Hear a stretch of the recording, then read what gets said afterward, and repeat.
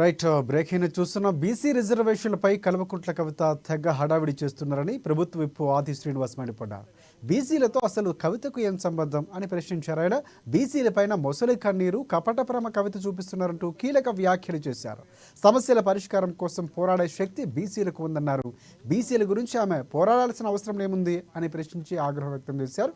ఇక బీసీ నాయకత్వంలో సమస్యలు పరిష్కరించుకుంటామని అన్నారు.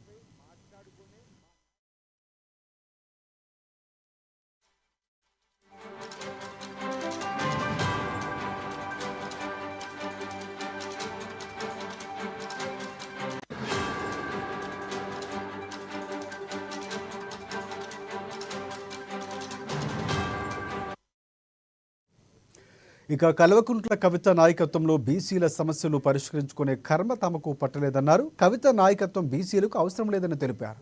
10 ఏళ్లు అధికారంలో ఉన్నప్పుడు బీసీల గురించి ఏనాడైనా కవిత మాట్లాడారని ప్రశ్నించారు. దేశానికి కులగణలో తెలంగాణ రోల్ మోడల్గా మారిందని తెలిపారు.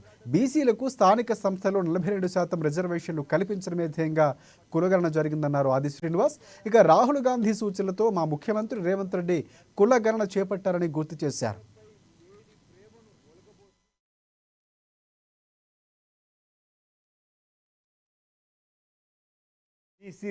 బీసీ రిజర్వేషన్లపై కల్వకుంట్ల కవిత గారు తెగ ఆడావుడి చేస్తున్నారు. అసలు బీసీలకు మీకేం సంబంధం అనే సూటిగా ఒక ప్రశ్నను వేస్తూ బీసీల పైన కపట ప్రేమ మొసలి కన్నీరు కార్చే కార్యక్రమం తప్ప అసలు మీ ప్రభుత్వ హయాంలో బీసీలకు మీరు చేసింది ఏంటి అనే మాట ఈ సందర్భంగా అడుగుతూ మా బలహీన వర్గాలకు సంబంధించినటువంటి అంశాలపై మాట్లాడుకునే మా నాయకత్వంలో పోరాటం చేసుకొని మా హక్కులను కాపాడుకునే శక్తి బలహీన వర్గాలకు సంబంధించినట్టు మాకు ఉందని మాట సందర్భంగా చెప్తూ మీ ప్రభుత్వ హయాంలో బీసీ కార్పొరేషన్తో పాటు అనేక కార్పొరేషన్ నిర్వీర్యం చేసి బీసీలపై లేని ప్రేమను ఒలగబోస్తూ ఎంబీసీ కార్పొరేషన్ ఏర్పాటు చేసినరే ఆ ఎంబీసీ కార్పొరేషన్ ద్వారా అన్నా పైసలన్నా చెల్లించి బీసీల పట్ల ఏమైనా న్యాయం చేశారని అడుగుతా ఉన్నాం. గిరిజనులకు ముస్లింలకు 12% రిజర్వేషన్ కల్పిస్తామన్నారు. మీ తండ్రి గారు ముఖ్యమంత్రిగా 10 సంవత్సరాలు అసలు రిజర్వేషన్ల ప్రక్రియలో ఎప్పుడన్నా పెంపొందించే ఆలోచన చేసినారు. ఎందుకు మీరు రిజర్వేషన్ ఇవ్వలేరు అడుగుతున్నారు గిరిజనులకు, మైనార్టీలకు.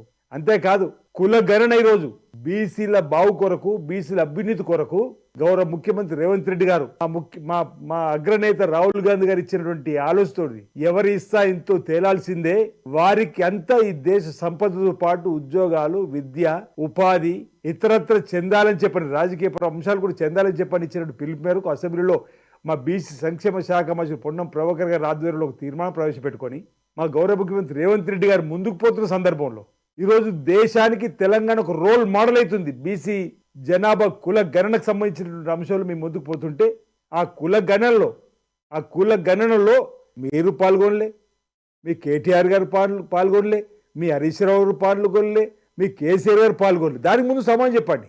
మీరు ఒకరోజు సర్వే అని చెప్పి తెగ అడవుడు చేసి ఏం తేల్చిరో ఆ సర్వేని అటకెక్కిచ్చారు, మీ స్వప్రయోజనాలకు వాడుకున్నారు. కానీ ఈరోజు ఈ బీసీ కులగణన తేలిన తర్వాత రాబో స్థానిక సంస్థ ఎన్నికల్లో 42% వరకు తీసుకుపోవాలని చెప్పిన సంకల్పంతో మా గౌరవ ముఖ్యమంత్రి ఉండడం కాబట్టి కులగణన